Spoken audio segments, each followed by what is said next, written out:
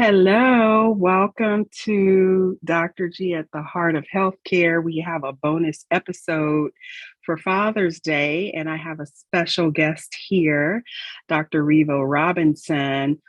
And whoever goes to social media or our website and tells me how we're related, you get a special gift. So we'll just leave it at that. Hello, Riva. Hello, Dr. K. Nice to have you here. Thank you for joining me. I decided to do a bonus episode for Father's Day. I did one for Mother's Day, for those like you also, you lost your mother.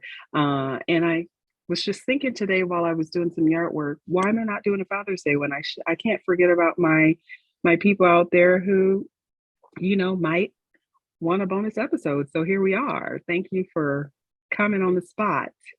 Oh, you're welcome. And thank you for showing up for the people who need you most, as you are filling in the void where, it's just like we were saying just a few moments ago in medicine, they just kind of throw you out there to the wolves to figure out how to have these hard conversations and to meet people in their darkest moments. And Mm. we need more people like you to help us navigate the way. So you're an angel. Oh, you're so sweet. Okay, well, let's jump in.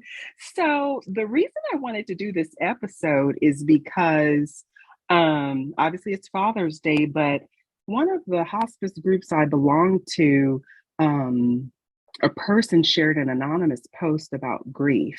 And so I'm going to go ahead and read it for the listeners so they know what it is.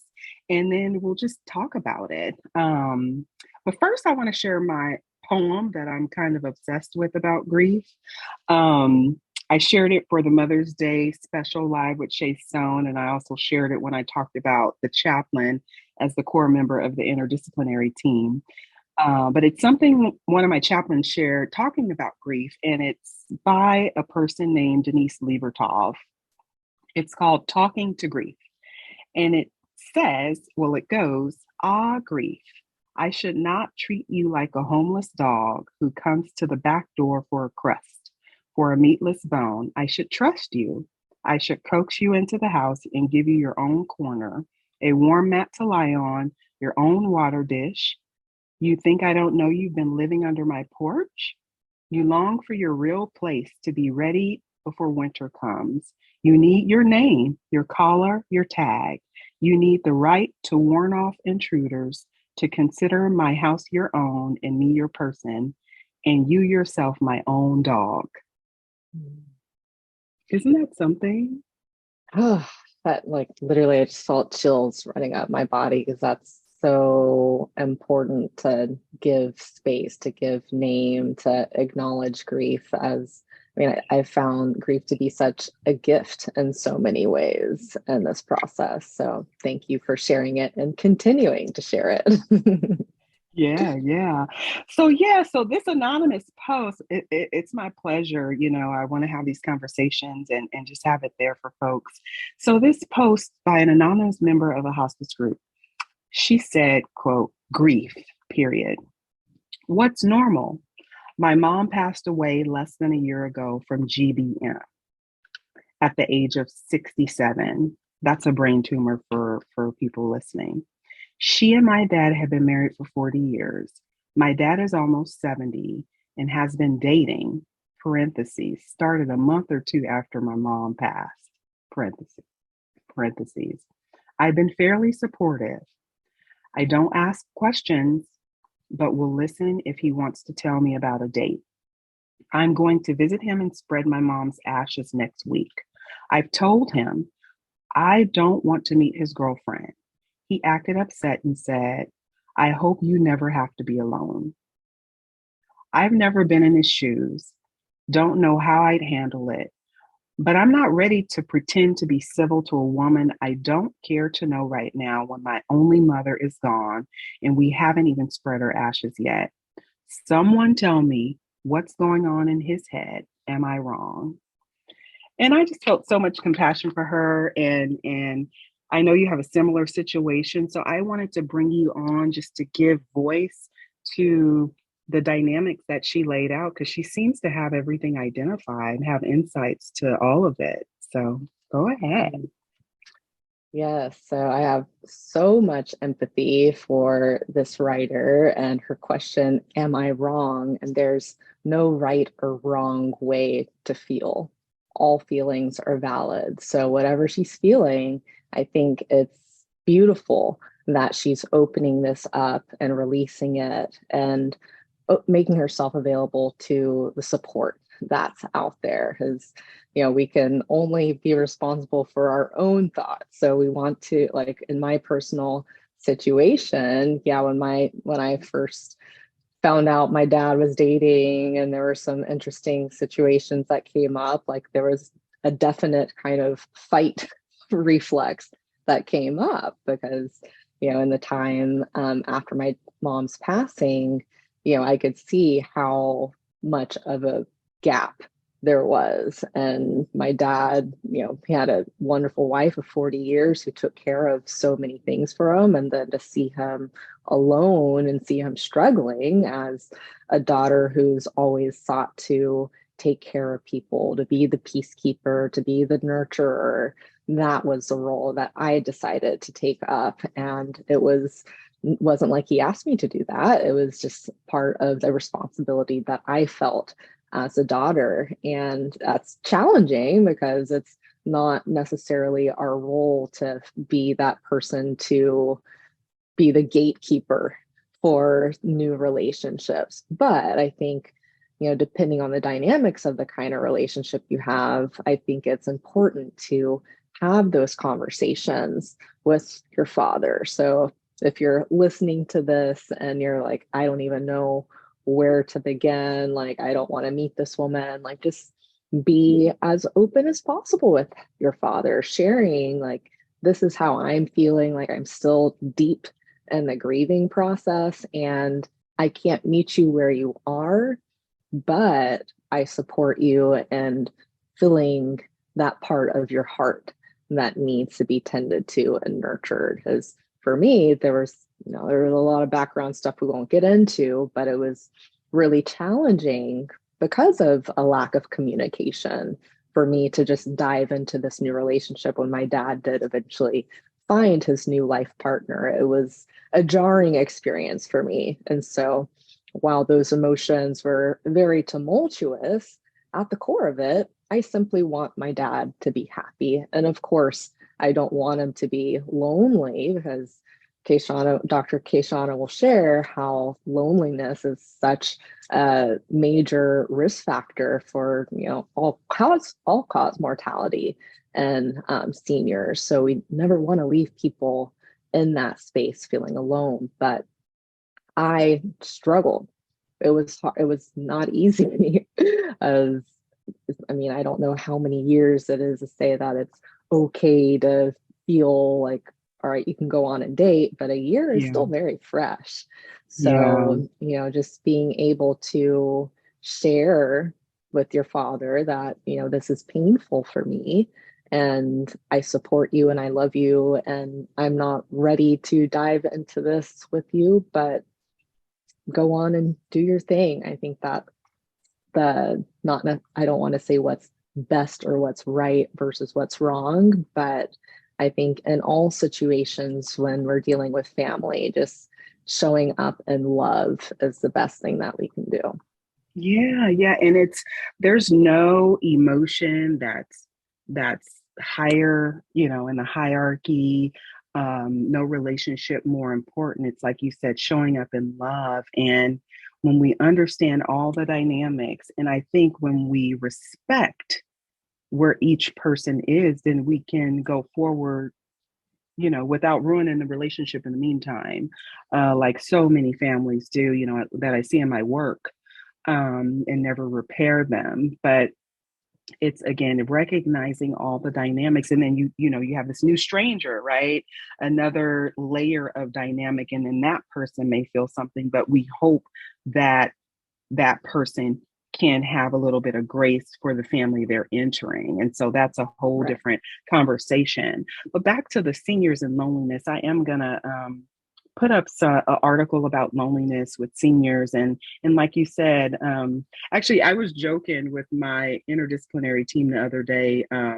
I told this guy, the home health aide, happy home health aide week, by the way. Married men live longer. That's why they get married right away, and women don't get married right away. And he's like, no, the man just dies because they don't want to live with the woman. Probably shouldn't say that. We joke. We probably have some jokes in healthcare that we shouldn't say, but we were just kind of joking amongst ourselves before we started our meeting. But yeah, seniors can get lonely. Imagine being, married to somebody for 40 years. What, I'm only 26 years in. You're about, how many years are you in? 7. 7. It's like you're with that person. We're not necessarily thinking about like living without them, but one day something's going to happen. And so it's then what? So yeah, so we support our dads, who, those of us who have dads who are still living, not living, doing whatever they're doing. And I just thought it was important to give space to the daughters. So you're representing those daughters today who have relationships with their dads. Do you have any special plans for Father's Day tomorrow? Oh, well, with my future father husband, that's a title that he recently says, like, yeah, I'm identifying more as a future father. I'm like, oh, really? Like that. Oh, Identify it. yeah, yeah. Well, we're gonna go out and do Barry's boot camp and exercise class and try to catch up with our dad later on. But our dad's always on the move, so who knows where in the world he may be. But Yeah, yeah. we really cherish the times that we can get on FaceTime and just catch up and send each other love and have a little virtual toast together. So we look forward to Yeah. some special time with them. Yeah. Well, while I have you here, I don't want to keep you too long. Do you have any type of resources of your own, books or anything that help you process grief in your own Mm. journey? Yeah, so two things I would say. So I've had an incredible mentor. Her name is Dr. Gladys Otto, and she wrote a book on loss called The Good Goodbye. Actually, well, I won't get up and grab it, but it's in one of my little shelves around the corner. But The Good Goodbye, Navigating Loss and Life and Love, I want to say the rest of the title goes. I'll But find it and put a link in there in the show yeah, notes. I'll send you the link because that was just like, oh, like a ointment to my wounded heart and the time that was Mm, really fresh around losing my mom. So mm, she went through a process of having to close down an entire university as mm, the president of the university. So she is able to just draw the beautiful parallels of like saying goodbye, whether it's in grief or a relationship or whatever, a whole institution. We can honor that process by going through this ritual she calls a good goodbye.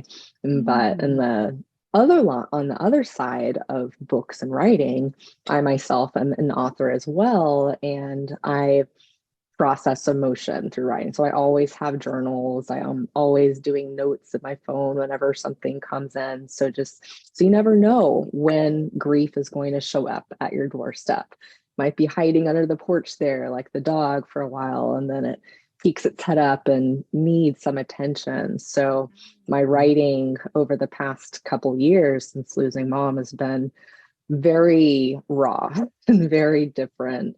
And it's been a process of me just like letting go of judgment for things having to look clean or a certain way, because grief will mm. show up. Like, we know the different stages of grief. We have anger, we have acceptance, like all these different things. So, like, in any given moment, I might surprise myself and what's coming out of me. But I think it's been a beautiful parallel just to like how grief will just it will carry you through some parts of your life in ways that are it's just been magical. For like, we'd have to do a whole other podcast episode on how grief can show up in some really incredible ways if you're open to it, as we don't have Mm, to suppress it. And I think a lot of mhm. our culture teaches us to oh, get over it, move forward. We have a lot of coping mechanisms, but just holding space for it is sacred and can really give you some powerful tools. Oh, that is awesome. Well, thank you for joining.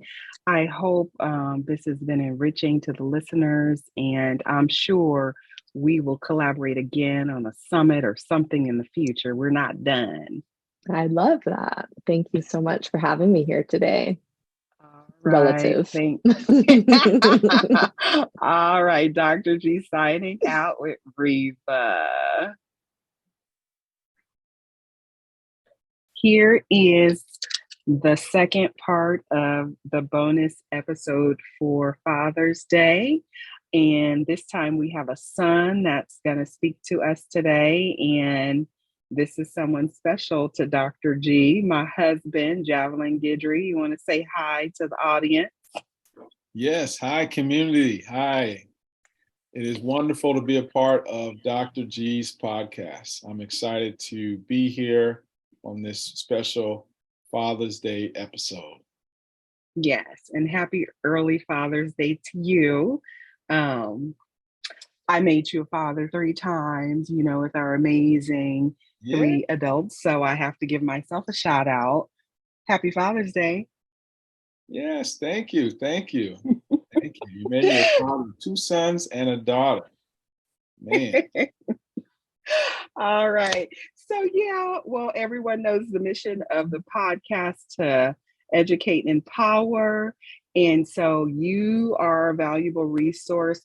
We're going to talk about, Father's Day for those people who may have lost their father. And I'll just give the brief bullet points. My husband lost his father during the pandemic, and he often says he lost his hero, loves his dad, honors him in so many ways, barbecuing and things like that. So many traditions, crawfish boils, a lot of sayings, cooking, and just we have so many rich memories that we share in our family. And obviously, I carry his name, Guidry, Dr. G.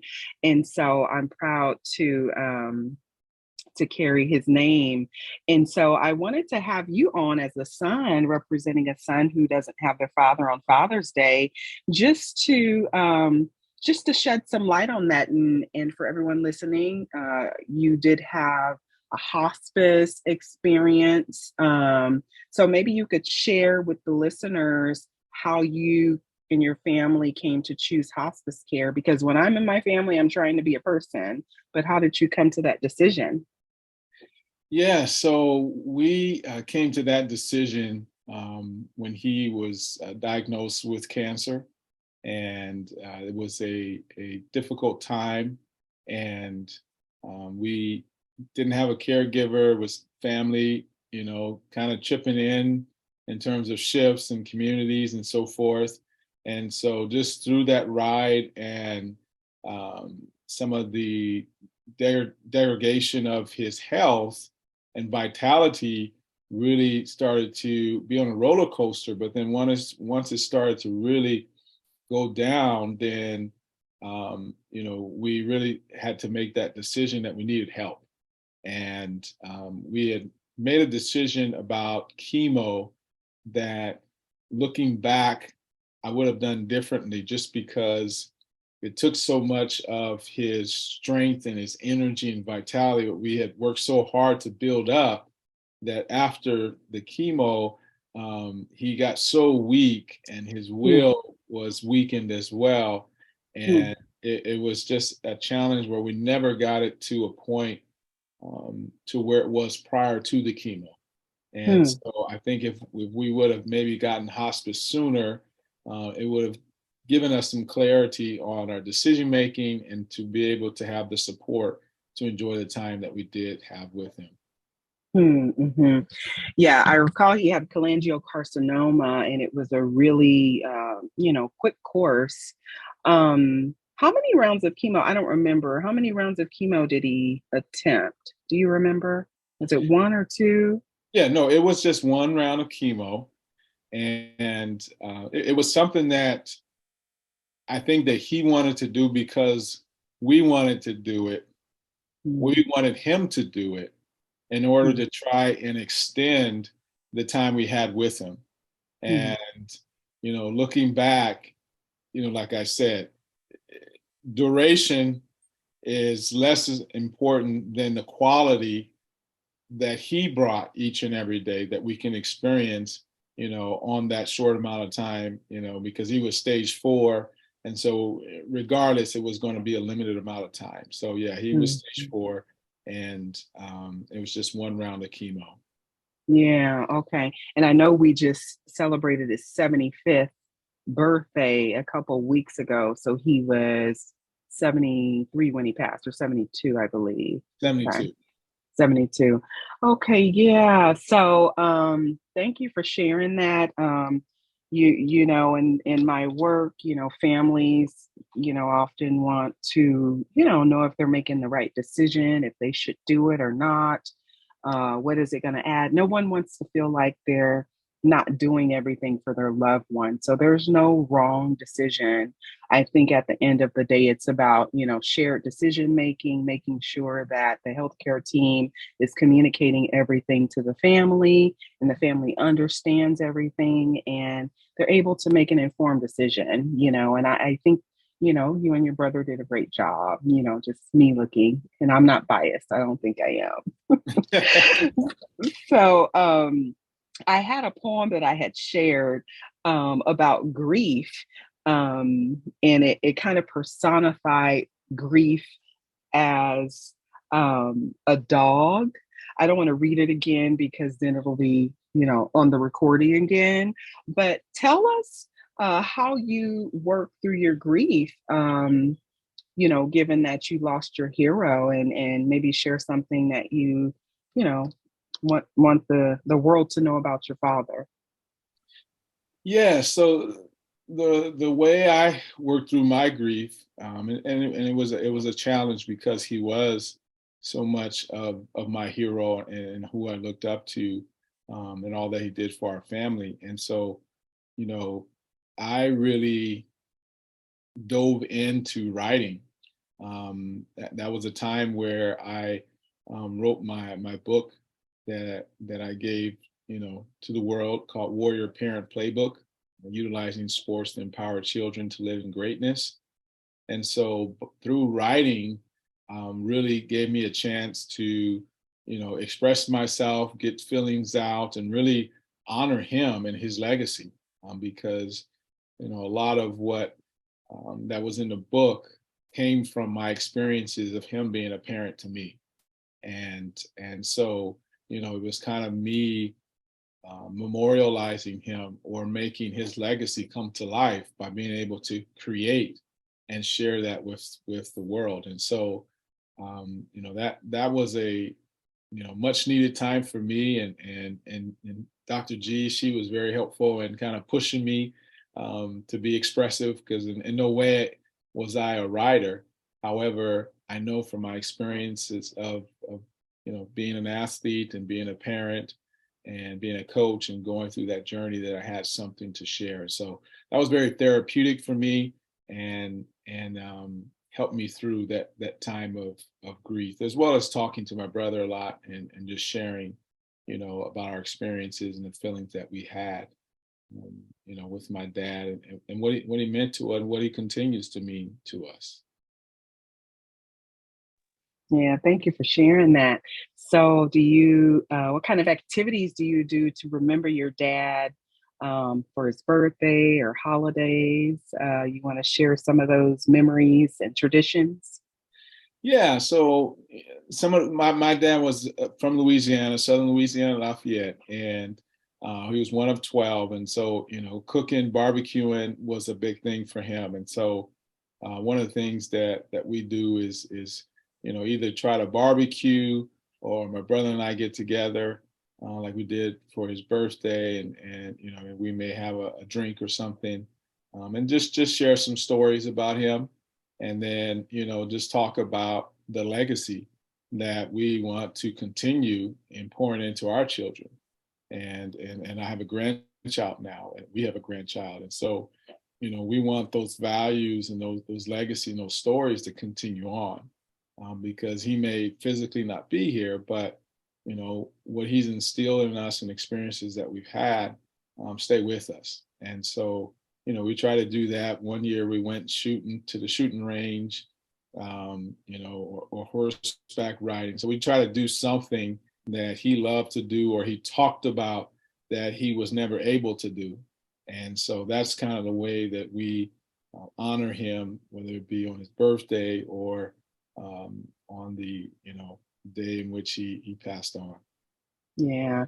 Well, there's a surprise planned for Father's Day. So I'm sure you're going to enjoy it. So thank you for being my special guest today. I will put your book in the show notes. Did you have any other tools or anything that you want to share with the audience before we let them go? If I can share one thing with the audience is, information or knowledge is power, and really, utilizing the knowledge that's shared, but to be honest and authentic with, evaluating, what is best for your loved one if you're going through, a time of hospice or palliative care, and to, make sure that you're thinking about their best interests and your, ability to honor that and enjoy the time that you do have. And to even, I wish I would have recorded more videos of his voice or conversation talking to, my kids, or asking him, hey, what would you want to say to, your granddaughter on her wedding day? Things like that, when he still had life and still was cognitive to, be able to share, his views and his emotions and what he wanted to leave behind. So I would say, if you're at that stage, make the most of it, enjoy the time that you do have. And again, think of them first, instead of just yourself selfishly wanting them for a longer duration. Hearing you say that reminds me of The Lion King and that song that says, "He lives in you." So, all right, we'll just end on that. Thank you for joining us, and happy Father's Day. All right, thank you. Happy Father's Day to all of the fathers out there. What do you think about that poem? Yeah, I mean, that poem is interesting in that, um,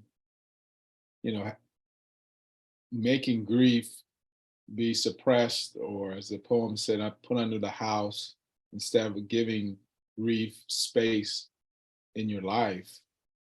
I think it hinders you from being the fullest expression of you, because there's a part of you that is being anchored, or is being hardened, or is being um, confined, or there's a stronghold that you haven't addressed, that isn't allowing for all of you to be expressed to the world.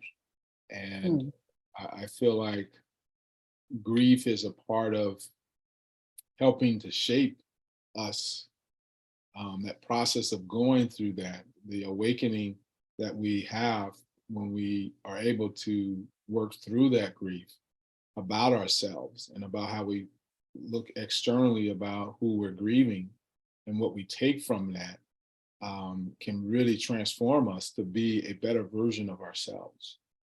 And so I believe that grief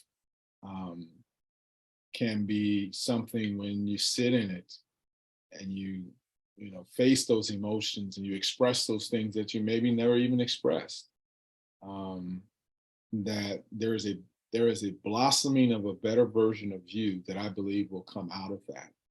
And it would be a maturity and a more whole version of you that will be shared with the world. Wow, wow. And we never forget about them, right? Because we have one of our quotes from our movie, Yes, Equalizer 2. that's right. That's right. Yes. A wise woman once said that if you don't talk about somebody by They remembering, died twice. They died twice. Yeah, we don't do that. So we remember our loved ones. Yes. All right. Thank you for sharing that. Yes. We'll end on that. All right.